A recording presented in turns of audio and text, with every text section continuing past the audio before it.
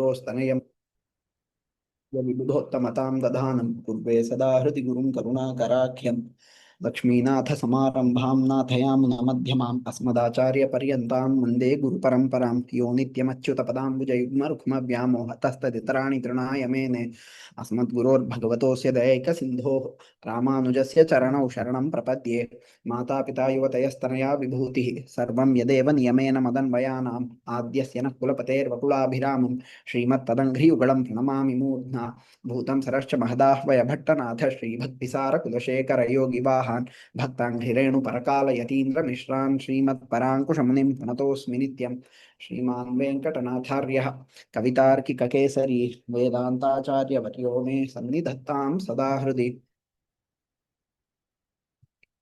In the previous lecture, we were looking at different combinations of knowledge and devotion. Bhakti is itself a type of knowledge. We have discussed about that before. Devotion is a feeling that you get out of a specific kind of knowledge. You cannot have devotion towards a being you know nothing about. For you to know something, three things are necessary. You need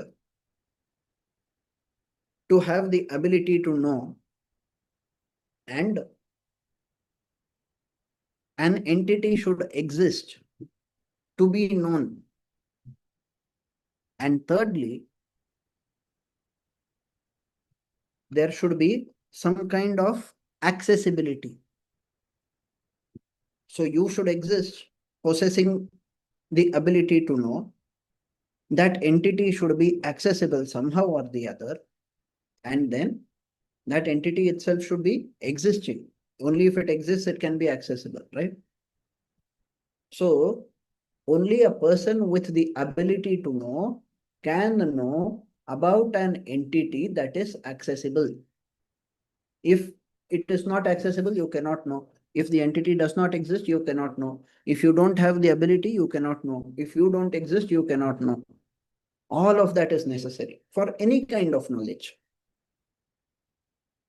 Devotion, we have seen that it is coming out of a feeling of love. So you know about the entity. In our case, you know about Bhagavan. And therefore you develop devotion towards him. That is real devotion. When you know nothing and you show devotion, it is not devotion. You might think there is devotion, but it will not be devotion.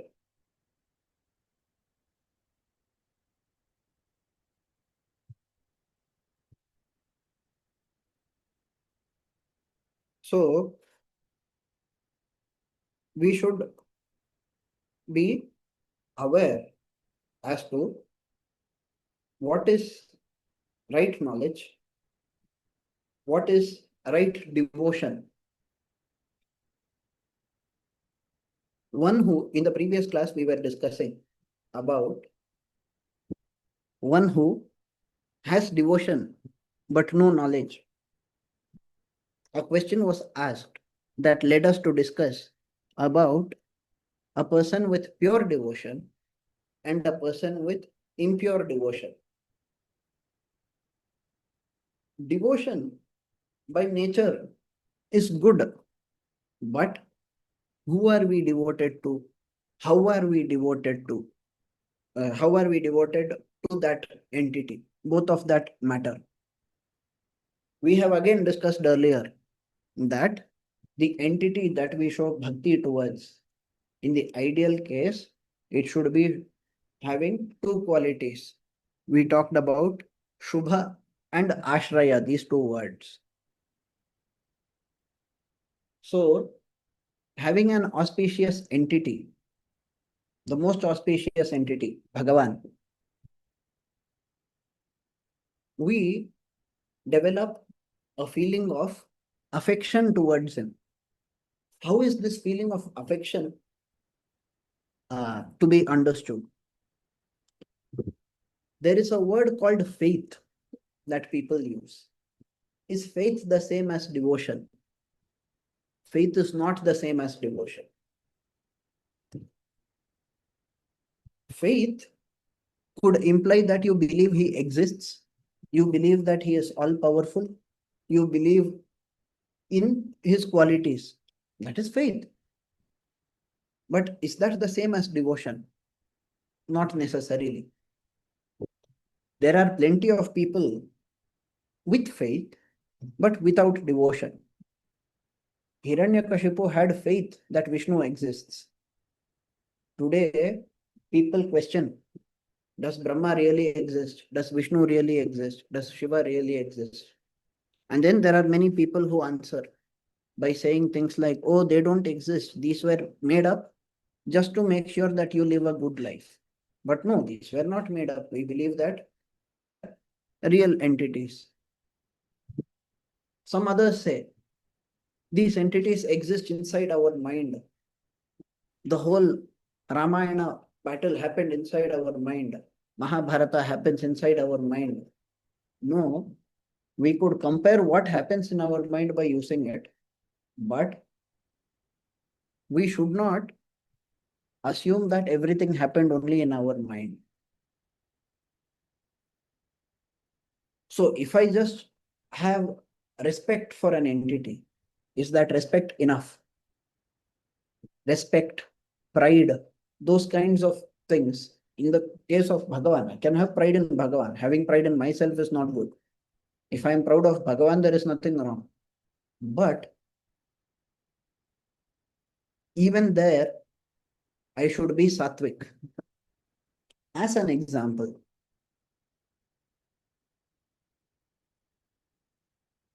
saying Jai Shri Ram out of bhakti is very different from saying it out of ego. In both cases, there is good phala because Rama's name has been taken. But in the case where ego exists, the very existence of ego would give some bad phala. Saying Jai Shri Ram will give good phala, but the ego would give some bad phala. Both will come. When we don't have ego, when we are having only bhakti, and when we are saying it out of bhakti, that would be a different Jai Shri Ram. So, we should know how to behave. Imagine yourself to be a Vanara soldier. The Vanaras celebrated Rama. Did they celebrate Rama out of ego? No, they did not celebrate him out of ego.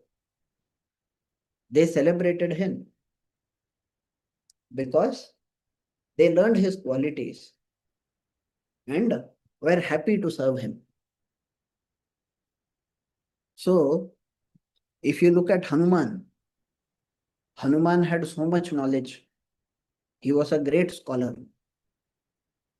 Yet, you would also see him address Rama with extreme humility. It is not out of fear. It is not out of respect for just being a prince of Ayodhya. Not that kind of respect. But it is out of devotion. So that devotion needs to be very pure. We have discussed before, Ajna Chedi Mama Drohi Madbhaktopi Na Vaishnava. A person who breaks the rules of scriptures cannot be counted as a devotee. A person who is intentionally ignoring and breaking those rules cannot be counted to be a Vaishnava. That person might have devotion, but what kind of devotion would it be? It would not be appropriate devotion. Therefore, our scriptures don't just stop by saying we should have bhakti.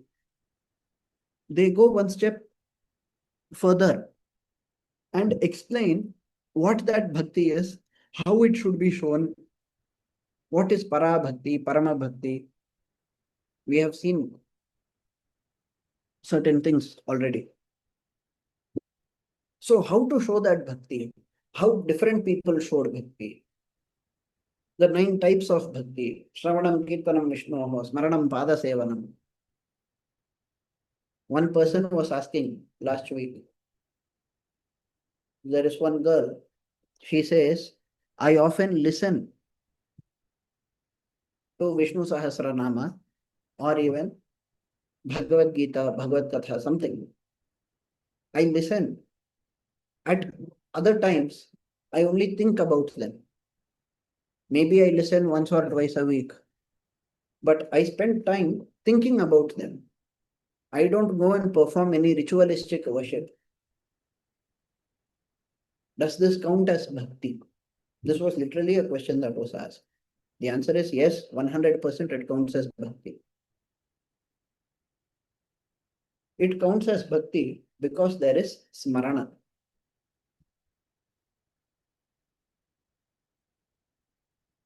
So, smarana is a type of bhakti. It has been explained by Prahlada. We are entitled to do bhakti through smarana as well. But how would you do smarana if you have devotion but don't have knowledge? You need to have some amount of knowledge about Bhagavan. If you don't have that knowledge, you cannot have devotion properly. Just knowing the name does not count as knowing him. There are plenty of people with his name. Thinking about his name, chanting his name, even that is extremely beneficial, no doubt. But as we discussed earlier, saying his divine name even once is sufficient to grant us moksha, but it does not grant us moksha because we don't deserve it. His divine names are powerful enough to give us moksha, yet they don't give us because we are not deserving of that. So I chanted Krishna's name, but my disease did not get cured. Why? I did not deserve to get cured from the disease. I have done so much papa karma. So the extent to which Bhagavan helps or Bhagavan's divine names help will depend on us. Bhagavan can give us everything, but we should behave accordingly to be able to receive. So, as Deshika said, we have seen before, Vidhi parinati bhedat vikshitastena kale, Guru parishadupagnyam prapya gopayati svav. When some amount of good punya is there, and you have tick mark in your checklist that has 6 points. What is that? Ishvarasya sauhardam, yadricha sukrutam, Vishnoho kataksham, advesham, abhimukyam, satvikaihi sambhashanam. With these 6, when these 6 all happen, you will get Acharya Sambandha. Once you get Acharya Sambandha, Guru Parishadupagnyam Prapya Gopayati Sva. Through the teachings that have come down via the Guru Parampara, the person eventually understands what needs to be done in order to get moksha and get moksha as well. Here, we have a perfect blend of knowledge and devotion. We discussed before saying knowledge in the absence of devotion is useless. If knowledge cannot give you devotion, that knowledge is useless. I studied the entirety of Mahabharata, but I still don't have devotion. That does not mean Mahabharata is useless. That means the knowledge that I have grasped from Mahabharata is useless. There is a difference between the two. Scripture is always useful, but the knowledge that we attain from it, if we improperly take knowledge from it, that would become useless. So, the scriptures are always useful. Tasmat Shastram Pramanam, Krishna has said. But if we cannot develop devotion towards Bhagavan, all of that knowledge would be useless. If we have devotion with zero knowledge, maybe the devotion is misdirected. It is possible to have pure devotion with zero knowledge. For great saintly people, when they are born itself due to their prarabdha karma, somehow they have bhakti. There are such rare cases. We have seen the story of Nammalvar already. How from birth he was showing bhakti, meditating with bhakti. We know the story of Prahlada, who learned about Bhagavan while he was still inside his mother's womb and therefore developed bhakti at such an early stage. It does not happen with everyone. It does not happen with the majority. You know, even Indradyumna Pandya. Indradyumna Pandya, he was cursed to become an elephant. But even as an elephant, he showed bhakti. Does it mean all elephants are bhaktas of Bhagavan? No. So, understanding that practically most of us do not have that kind of correct bhakti from the start. We need to learn those things that will refine our bhakti. That should be the path.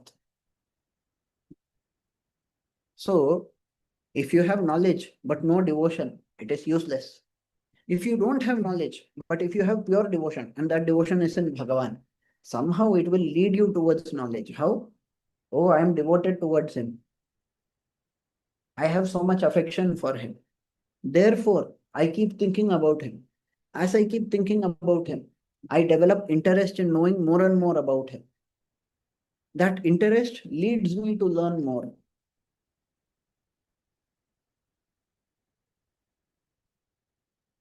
But if you have neither knowledge nor devotion, what to do? It will lead only to Naraka. How is it my fault that I don't have any knowledge? It is my past karma that has prevented me from getting knowledge in this life. Or maybe the present karma where people were ready to teach me, but I insulted them and walked away. So, we should be very careful. It is not that if you don't have devotion, you will go to Naraka. Shastra does not say that if you don't have bhakti in Bhagavan, you will go to Naraka. But one who does not have bhakti will not be inspired to do good things. One who does not have knowledge will not know what is right and what is wrong. We have the Shastras, they have told us this is right, this is wrong. A person who does not have it, who does not have that knowledge, would not know what is right and what is wrong. Such a person should try to gain knowledge in the correct way. But a person who is void of knowledge, if they refuse to try to obtain authentic knowledge and instead, out of their own ego, their own ahankara, out of their own association with the body, they come up with their own theories or accept theories that are inferior. Those theories could have only partial dharma. There could be some dharma there, but there might be some amount of adharma also. As an example, let us take the Constitution of India. Now, the Constitution of India is something that is made by humans with utmost care to ensure that everything is good, law is upheld, fairness and justice prevailed with utmost care. But you look at what happens to the Constitution. You look at what happens to the laws. Today, something might be a law. 10 years later, the opposite of it might be a law. Something that was banned a decade earlier might be permitted today. Something that was permitted one decade back might be banned today. So we should consider the fact that these laws are subject to change. But the laws given in the Shastras, they are not subject to change. They will remain the same. We should know how to apply them. That is there. That might change based on the situation. But the Shastras are not going to change. You cannot go and change the Dharma Shastras as per your convenience. Such a thing will never work.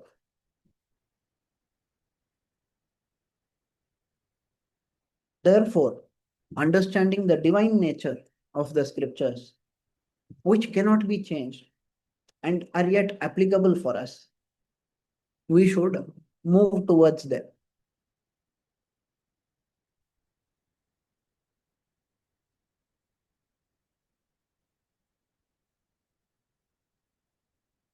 Once, a person called Cho Ramaswamy, he made a comment in one of his dramas. He was a political commentator, a famous one in Tamil Nadu. He said, what was illegal yesterday is legal today. What is illegal today shall be legal tomorrow. This is how laws work when they are made by humans. But there are divine laws, and those divine laws will not change because Bhagavan is Satya Sankalpa. Therefore, you do good, you will get good karma. You do bad, you will get bad karma. You do Sharanagati, you will go towards moksha. You commit Bhagavatapachara, that Sharanagati will get cancelled. All of these things are going to be eternally true. So, would it ever be possible that a person who has appropriate knowledge of Arpancha and Bhakti as well cannot go to moksha? No, such a case is impossible. Because a person who has developed Bhakti has already started the path towards Bhagavan. With the correct knowledge, the person is moving forward. Even if due to prarabdha karma, the person's life ends, in the following life, that bhakti is going to continue. Bhagavan will keep giving opportunities. So every step taken towards him is a bonus because we are pushed back lesser and lesser. So we should then look at what kind of knowledge is necessary. There are so many things that need to be known. We have established that bhakti is the most important thing inside everything about knowledge. And for that bhakti, you need to know about him. You need not even know all the stories about him. The essentials that need to be known about him have already been discussed when we talked about Artha Panchaka. So let us compare 5 different types of knowledge and try to understand their relative importance for the person who is seeking moksha. Remember, Satvikas Satu Vijnaya Savai Mokshartha Chintaka. In Mahabharata, it has been said that the person who has Vishnu Kataksha, Jayamana Kataksha, such a person would have Vishesha Jnana. That Jnana is the Artha Panchaka Jnana, the knowledge about who is Bhagavan, what is our relationship between us and him, how do we attain him, what happens once we attain him, what prevents us from attaining him. These are the 5.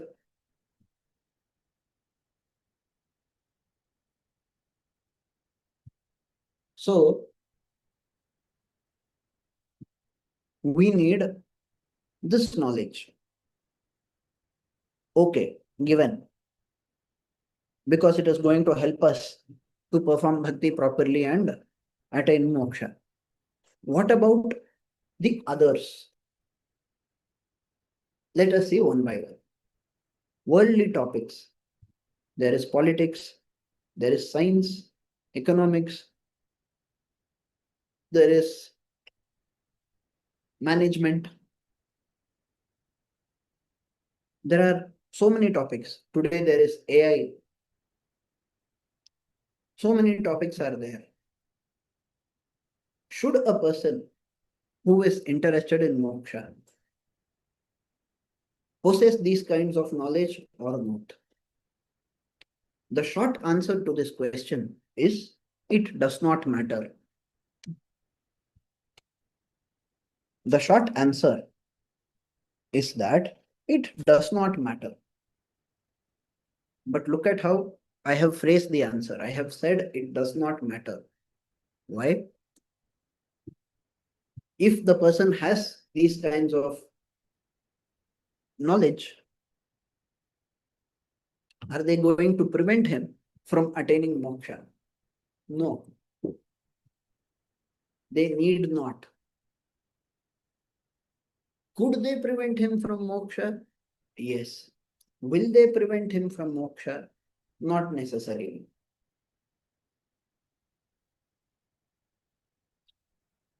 It is possible for worldly things to attract us. It is not the fault of those topics, though. It is our fault. We are the sentient beings. We get attracted towards certain topics and start focusing more and more and more there. The interest that a person shows towards going and watching a movie is not shown towards learning the scripture. How many people went and watched this recent movie about Narasimha?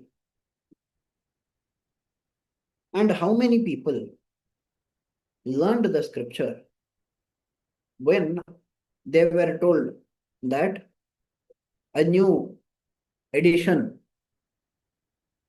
with corrected spellings and better printing has been published of the same old story of Narasimha? Narasimha's story is already there in the Puranas. It is there in Bhagavatam, it is there in Vishnu Purana. The story is already there. But how many people showed interest to learn it? Yatha vidhi, as per the procedure.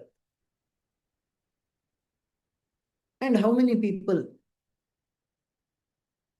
learned about it by watching the movie?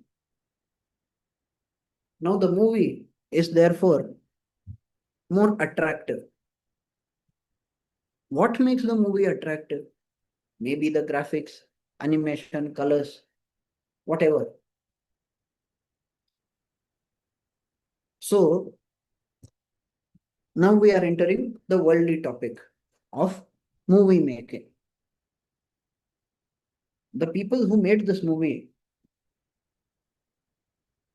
whatever they did, is it to be appreciated or not? I would say it should definitely be appreciated. But the knowledge of making movies and so on, they count as worldly. How do we then justify it? We justify it by saying worldly knowledge has been used for doing something that takes you towards Bhagavan. So, when you apply worldly knowledge towards Bhagavan, it would count as divine. It would count as bhakti. Cinema making, animation, graphics, even all of them, which sound far, far away from the scripture. You could work in that industry and still be a great devotee. We have the example of mathematician Ramanujan. This mathematician Ramanujan he not only interacted with Lakshmi Devi, he also very clearly said that mathematics would remind him of Bhagavan. He could think about Bhagavan while performing mathematics. Where is Bhagavan in these numbers? You have some linear equation, quadratic equation, something you have. You are doing 1 plus 2 plus 3 plus 4 plus 5, huge summation. On the RHS, you are writing minus 1 by 12. That itself is a big question. How are you able to get a negative answer? But then you are saying, when I look at all of these numbers, I think about Bhagavan. Thoughts of Bhagavan come to me. It is 100% possible, no matter which field you are working in, no matter what you are doing as your profession. You could very well think about Bhagavan. Doing your duty as a means to earn money, so that with that money, you could be involved in dharma and bhakti. It's a great thing. So what do I earn money for? If I do work while being devoted to Bhagavan, if I see work itself as a sign of devotion towards Bhagavan, I would be perfect at work. The purpose of doing that work would not be selfish. It would not be like, oh, I want a house, I want a car. Why? Because I'm thinking about Bhagavan. So that one bhakti changes everything. The same person who goes to the office and works 9 to 5 and returns home for the sake of paying EMI, for the sake of, you know, uh, buying a big house, buying a grand luxury car, all of those things. Instead of thinking in that way, the same person doing the same 9 to 5 job, but thinking about Bhagavan and Bhakti. This is what the scriptures have said. This is what Bhagavan wants. I need to attain Bhagavan. For that reason, I need these things to ensure that I can move forward in my path. For example, I need food to live. I need to pray to Bhagavan. For that, I need to be healthy. My family needs to be taken care of. For that, there are necessities. For those necessities, I am earning money. A person who thinks that way is still doing the same job, but is doing it for pleasing Bhagavan. Bhagavad Prityartham. That makes the person holy. So it is not wrong to get knowledge from other fields. It is not wrong to apply that knowledge either. You don't do it for a sinful thing. That's all. You don't use it for crime. You use it for good things. You go to a company and work. Make sure that company is not a conning company that is cheating people. That is obviously important.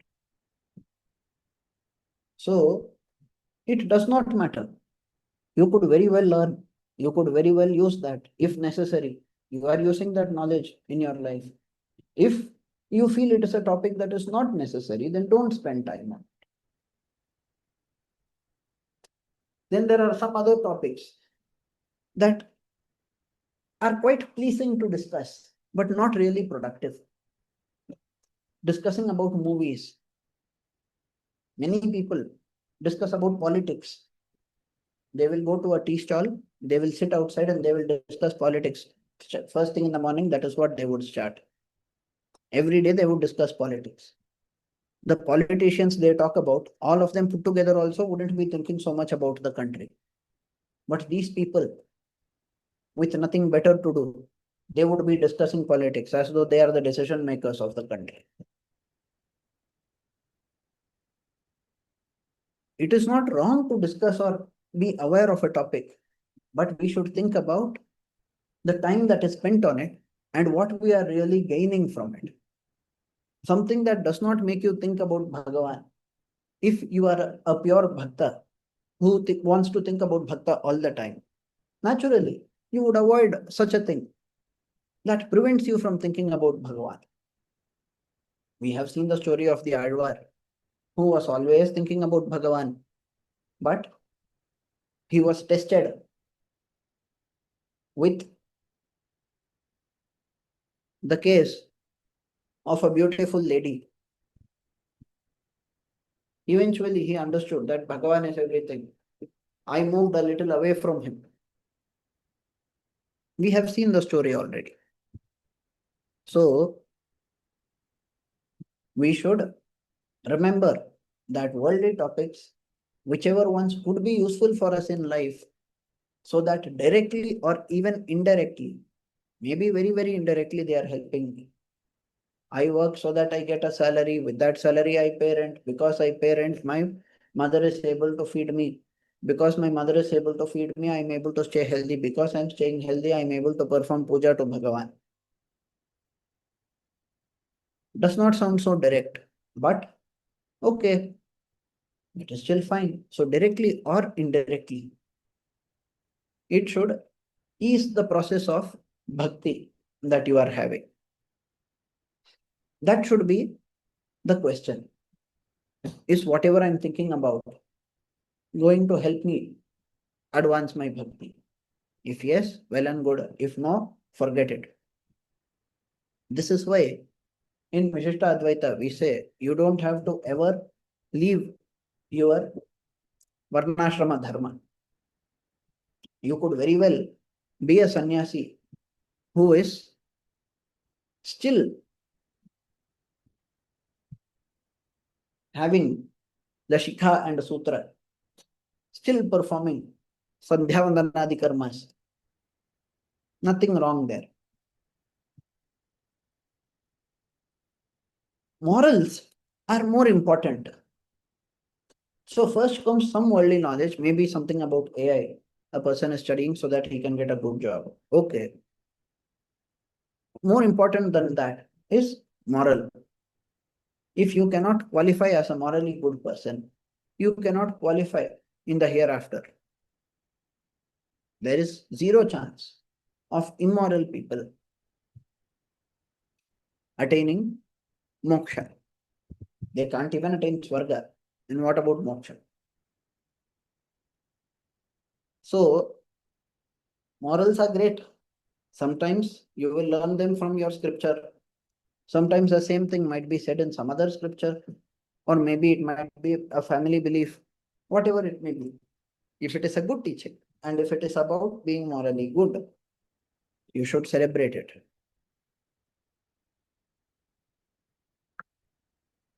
So maybe I could start discussing about good teachings from scriptures. How many people do that? People don't like discussing morals. People don't like discussing about morals or even about philosophy. Most people, even those who open the scripture, they are interested in the story. Was Arjuna better than Karna? Was this arrow better than that arrow? People have great interest in these things. Arjuna, Karna, is Ashwatthama still alive? What is he doing? People have so much interest in the inferior aspects covered in the scriptures that they get easily pulled. All I have to do is take a movie with fictitious stories centered around characters actually mentioned in the scriptures. What will happen? People will flock in large numbers and they will make it a huge commercial success. But was that the intention of the Shastra? That was never the intention of the Shastra, right? So when we say good teachings from outside of scriptures, maybe it is about morals, maybe it is about what Bhagavan did. But if it is going to be some other knowledge. It will be useless. We have seen, right? Knowledge without devotion is useless. So it is very, very, very important for us. Maybe you have it inside your scripture. Maybe some great man came and said it. It's okay. If it's a good teaching, you take it in. Vedas give perfect permission, complete permission for that. About Artha Panchaka, we have already discussed that knowledge is necessary for moksha. But given that there are plenty of rules mentioned in the scripture, are we really following all of them? The devotee should compulsorily develop the habit of inculcating the good teachings of scriptures. The scriptures would have good teachings. So, if I am a Rama Bhakta, saying Jai Shri Ram is fine, but I should also learn Ramayana. At least learn the basic of Ramayana. Learn the good stories about Ramayana, the good teachings. Instead of worrying, oh, are Brahmanas superior to Kshatriyas or vice versa, as per Ramayana? As per Ramayana, who is superior? If I think that way, I would be an idiot. But if I ask, as per Ramayana, what great advice was given by Vasishtha and what great advice was given by Vishwamitra, that would be totally different. So, devotion and knowledge of Artha Panchaka should lead you towards the things taught by scriptures. The Shastra will say, do this, don't do that. This is right, that is wrong. You should follow that. How? Not out of fear, out of love for Bhagavan, love and affection for Bhagavan. Like how? When you feed a child, you will feel happy. The person eating the food is the child, but feeding it would give you happiness. In the same way, we should feel happy while doing what Bhagavan wants us to do and avoiding what he does not want us to do. Why are we behaving this way? To please Bhagavan. Why do we want to please Bhagavan? Are we having some kind of selfish motive? No, no, it is not out of any selfish motive, but it is out of pure devotion. It is out of love and affection for Bhagavan. Okay. If I don't know worldly topics, it is okay. If I don't know useless topics from inside Hindu scriptures, that's okay. Artha Panchaka, I should definitely know. What about these Vihitas and Pratishiddhas? These allowed things and bad things. Should I really know all of them to attain moksha? No, you need not be a scholar. Okay, can I ignore all of them? No, because you are still living life here. So what should be done? Go to a guru, surrender at his feet. He will teach what is correct, what is incorrect, and follow that. Finally, there is Bhagavan's Leela. The scriptures talk about lots of things, but do they specifically teach you about the Leelas of Bhagavan? Maybe in childhood, Krishna did a lot of Leelas. So these Leelas of Bhagavan should also be learned and be contemplated on. It is good to do all such things. It is good to know that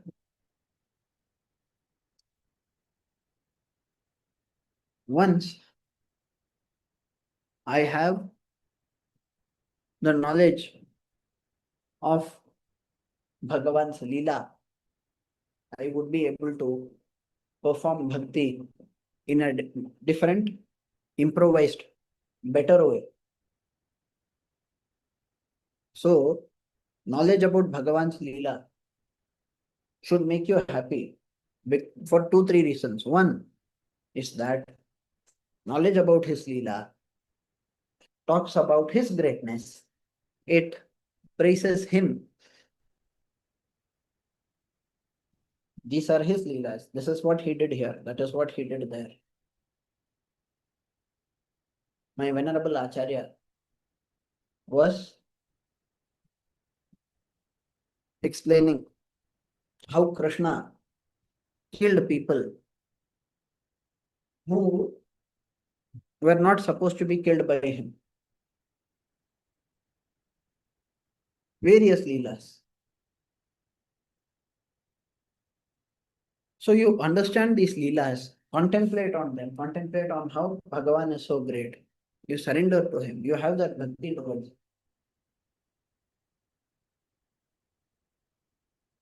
If I don't know about Bhagavan's Leelas, am I eligible for moksha? I am still eligible. In Vihita and Pratishiddha, there is a chance that I am not surrendering properly and I am committing crimes. But when you think about the Leelas of Bhagavan, there is nothing for you to feel bad about. So, all of these things are good to learn as long as you have bhakti in Bhagavan. When you do not have bhakti, worldly topics will lead you to Naraka. Why? You don't have bhakti. Therefore, you will not have control of your mind. Therefore, you will think like ordinary people. Good teachings are already very boring. Who studies them?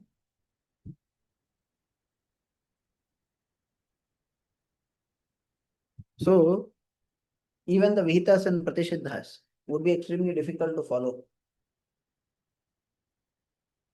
Would be very difficult to learn. Who is going to take the effort? But ideally, we should set that as well. So, we do have a need for knowledge. We cannot deny the need. There are several things that need to be known, especially by one who is going to the battlefield. And for us, we are saying that in our case, the final enemy in the battle is ourself. Nobody else but ourself. So we have to battle our Rajoguna and Tamoguna. These gunas should not be grown and blown up by worldly topics. Worldly topics often lead us to think about something inappropriate. We should not do that. So sticking to what is necessary, learning them for the greater good, performing the karma via karma phala tyaga, contemplating on the divine glories of Bhagavan, learning what is correct and what is bad because Bhagavan himself is telling.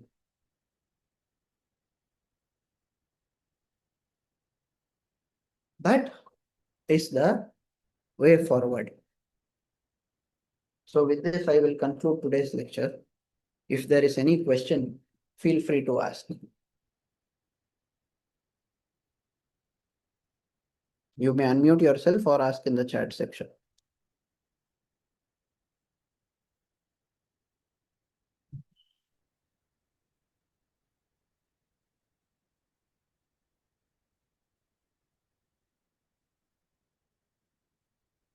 There are people who know about Bhagavan's Leelas, but who do not have bhakti. What do we say about them? We say bhakti would lead you to learn about his Leelas and enjoy them.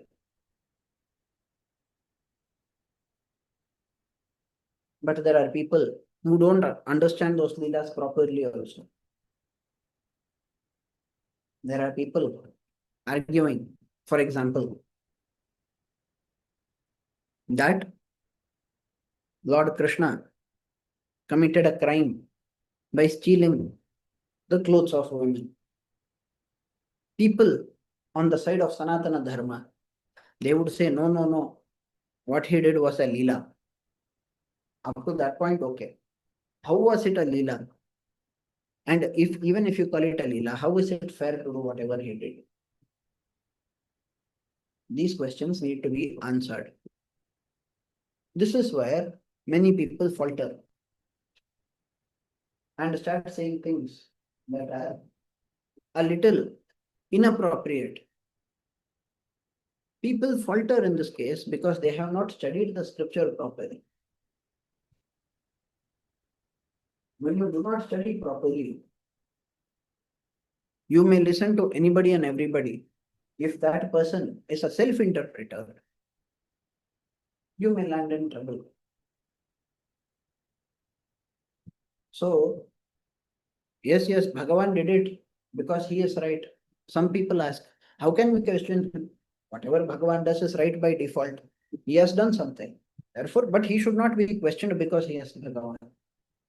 This argument would work with devotees, but not non-devotees.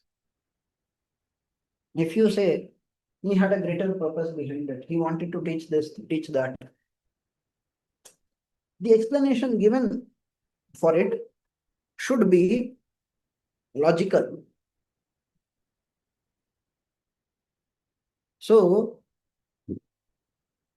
it goes in a different direction. If we do not have a proper understanding of his Leelas, why he did what he did, there are many people who get confused and end up doing wrong things because they never studied Bhagavan properly. They never understood his Leelas properly. They know it is his Leela, but they don't take the effort to understand it.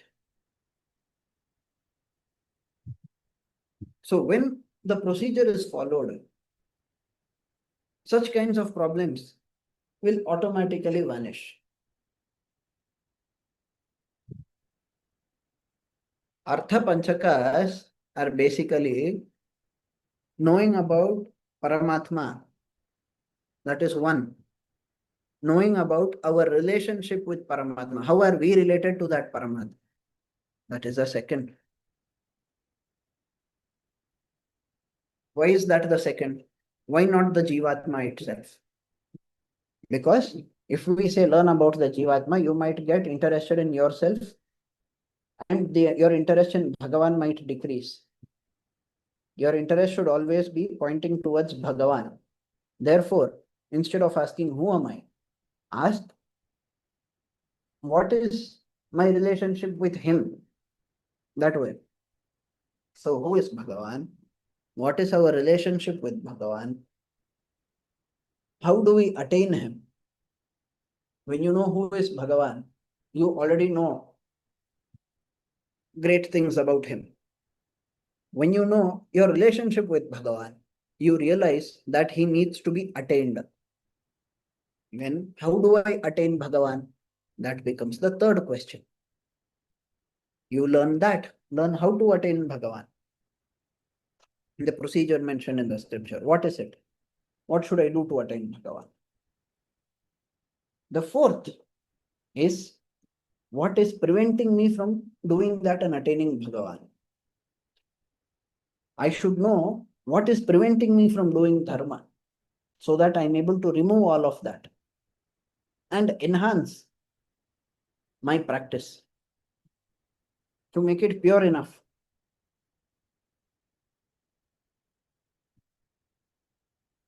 Should a Sharanagata think about enhancing the state of Sharanagati? You don't have to think about enhancing Sharanagati. Given that you have surrendered, you don't have the burden. Yet, You should still keep doing things the way they are specified in scriptures as per dharma. That is still there. That is applicable even for a person who has performed Sharanagati. We could say, oh, it is yours. Everything, all the burden of protecting us belongs to Bhagavan. Yes, that is true. Yet, are we going to say the burden belongs to him, therefore we will do nothing? We cannot say that. Therefore, even after performing Sharanagati, there is a specific behavior that is expected. Okay, who is Bhagavan? What is our relationship with him? How do we attain him? What prevents us from attaining him? What else is there? What do we achieve by attaining the phala? That phala will drive you to work.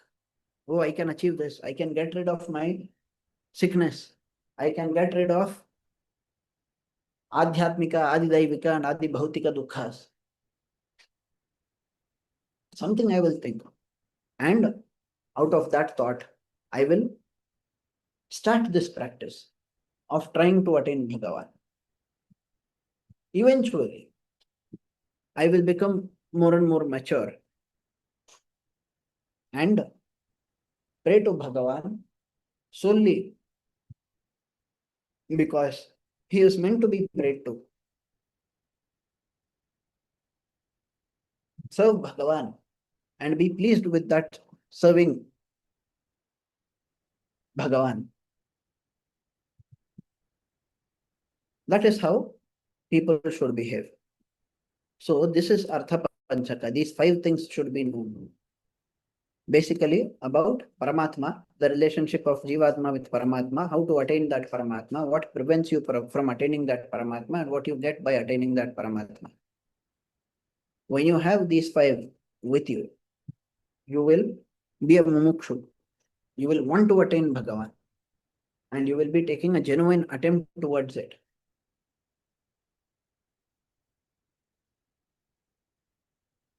Hope that is clear.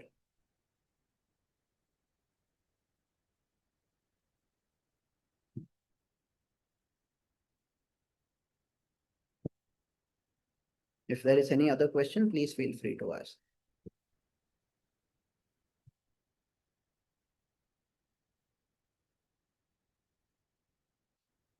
See, Shastras talk about a lot of things, right?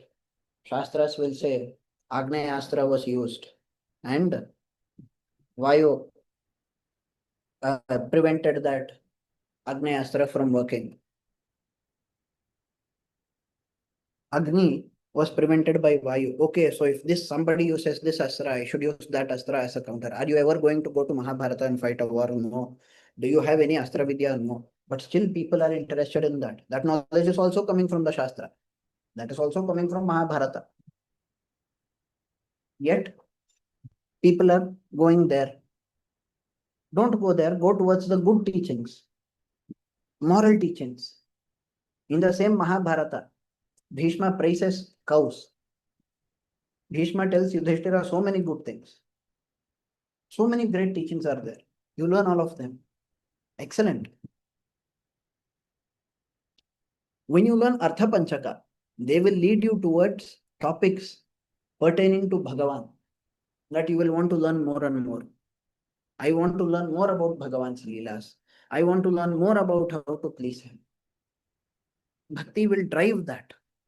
While doing it, we would understand that the Vihitas and Pratishiddhas are also important.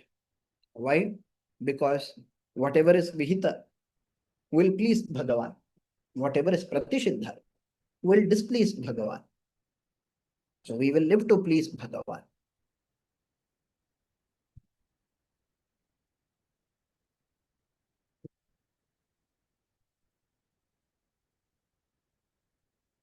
Explaining Aham Brahmasmi. See, I will come to that now. I'll try to keep it as short as possible. The next time, we will discuss it in greater detail. It has already been covered in the past, but I don't remember the lecture number. But anyway, let us go through it. It is not a big deal. In Vishishtadvaita, we have Sharira Shariri Bhava. Okay. A Sharira Vachaka Shabda could very well refer to the Shariri in Mukhyartha itself. What is a Sharira Vachaka Shabda? For that, you should know what is a Sharira. We have discussed many times about what is a Sharira. There is a very technical definition. Yasya chetanasya yadravyam sarvatmana swarthe niyantum dharayitum cha shakyam tat sheshataika swarupam tat tasya shariram. There is such a definition for Sharira, not just a physical body. Why? Because Yasya Atma Shariram, Yasya Prithvi Shariram, these kinds of statements have come in the Vedas. So Prithvi, the earth, is also his Sharira. Jivatma is also his Sharira. Then what is Sharira? Sharira cannot be physical body. What is water is also his Sharira. So it is not a physical body, it is something else. Therefore, by taking into consideration all the statements of scriptures that talk about Sharira, we understand what Sharira is. We take it to be a technical term that satisfies all of these conditions. Having done that, we understand that words of the language that are used to refer to the Sharira could very well be used to refer to the Shariri. The human body is non-living. Correct? Identification of Varna happens through the human body. Correct? It happens through the body at the end of the day. Be it the body of a human or a deva, or even a horse or an elephant, they also have varnas.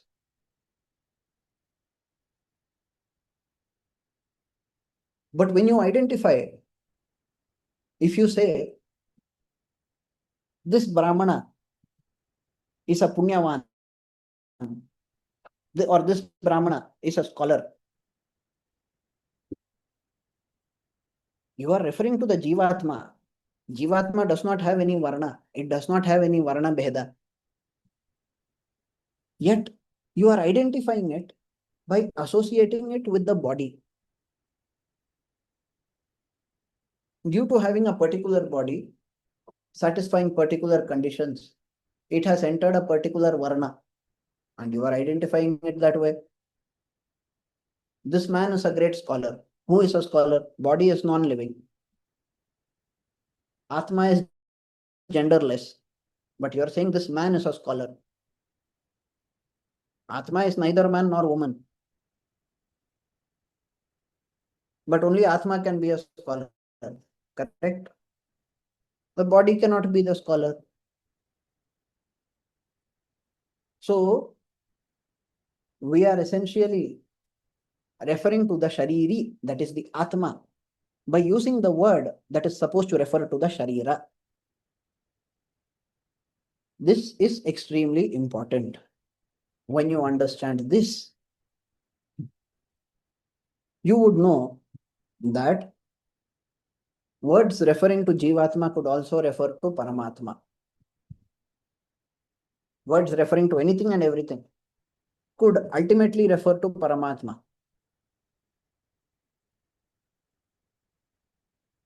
So,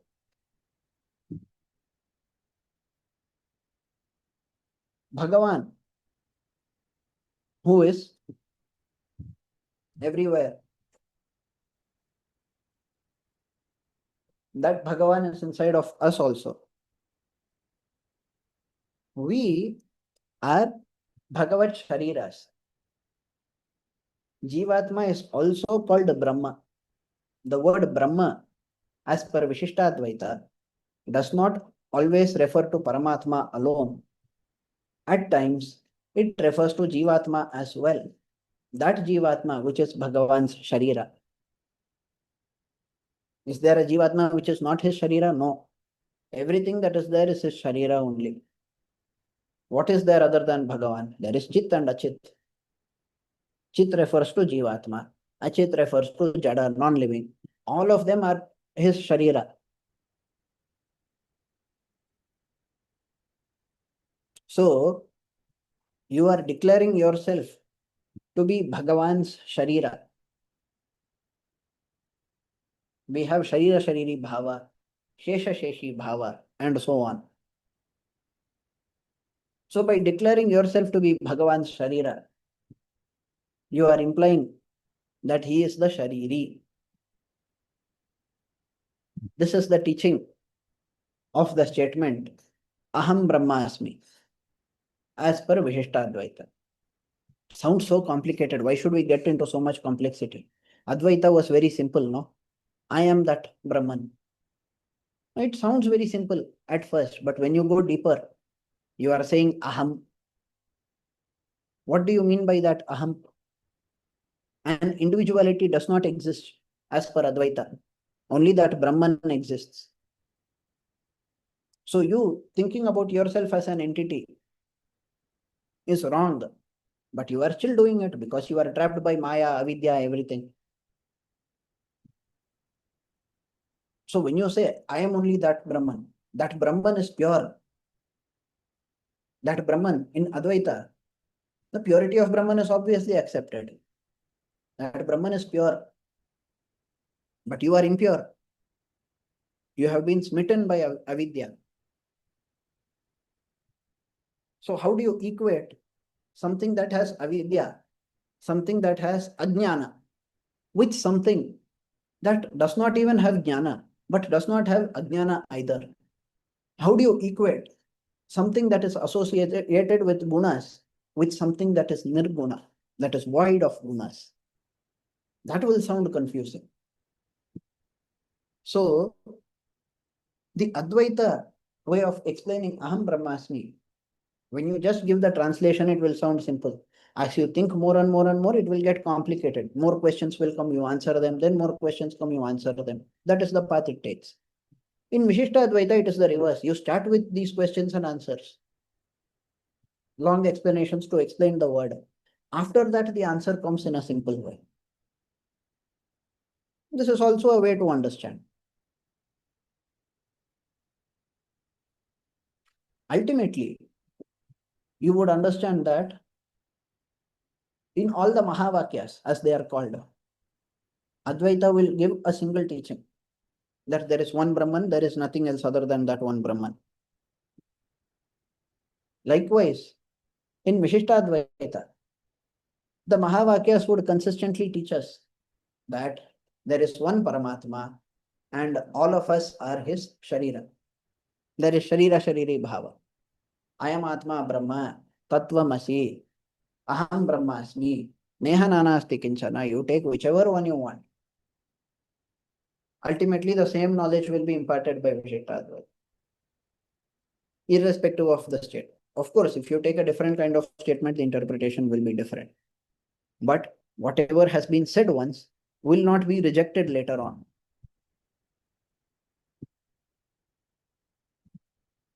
I hope that answers your question. Yes, Swami. We don't have to take aham, opposite of ha. We don't have to go into that kind of an interpretation in Vishishtadvaita. We say, literal explanation, let it be I am that. But what is the meaning of the word I? What is the meaning of the word that? What is the meaning of the word Brahman? Let us try to understand all of those based on the Upanishads. And then we return to it. The Madhva approach is a third one.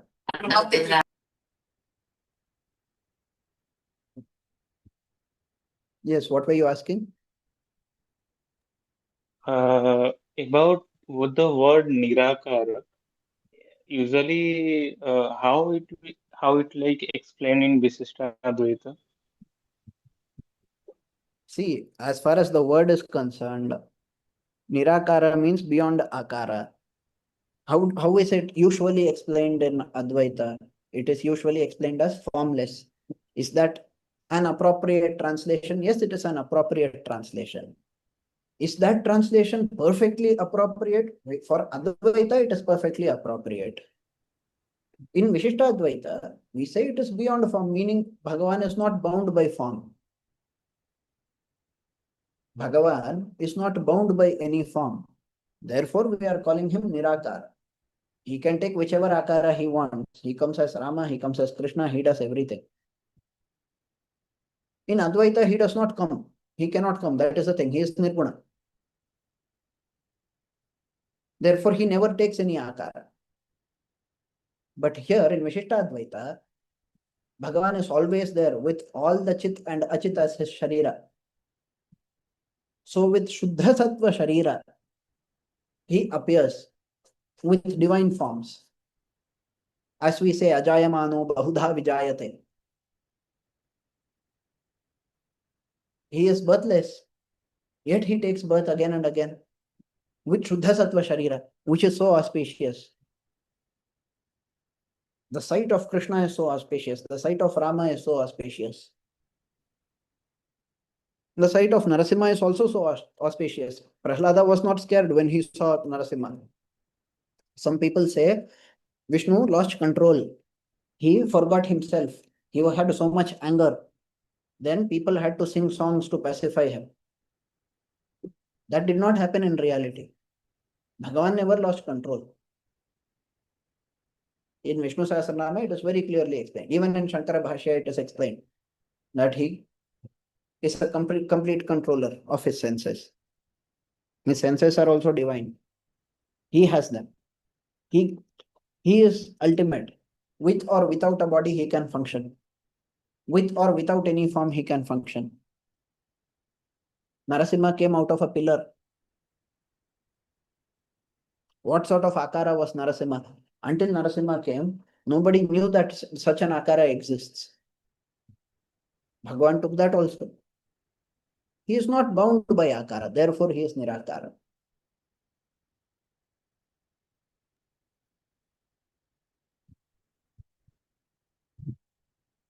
Any other question?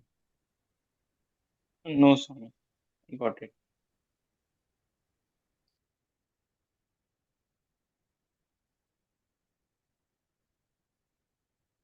Okay, then we will conclude today's lecture. Thank you so much for attending. I don't see any other question in the chat section.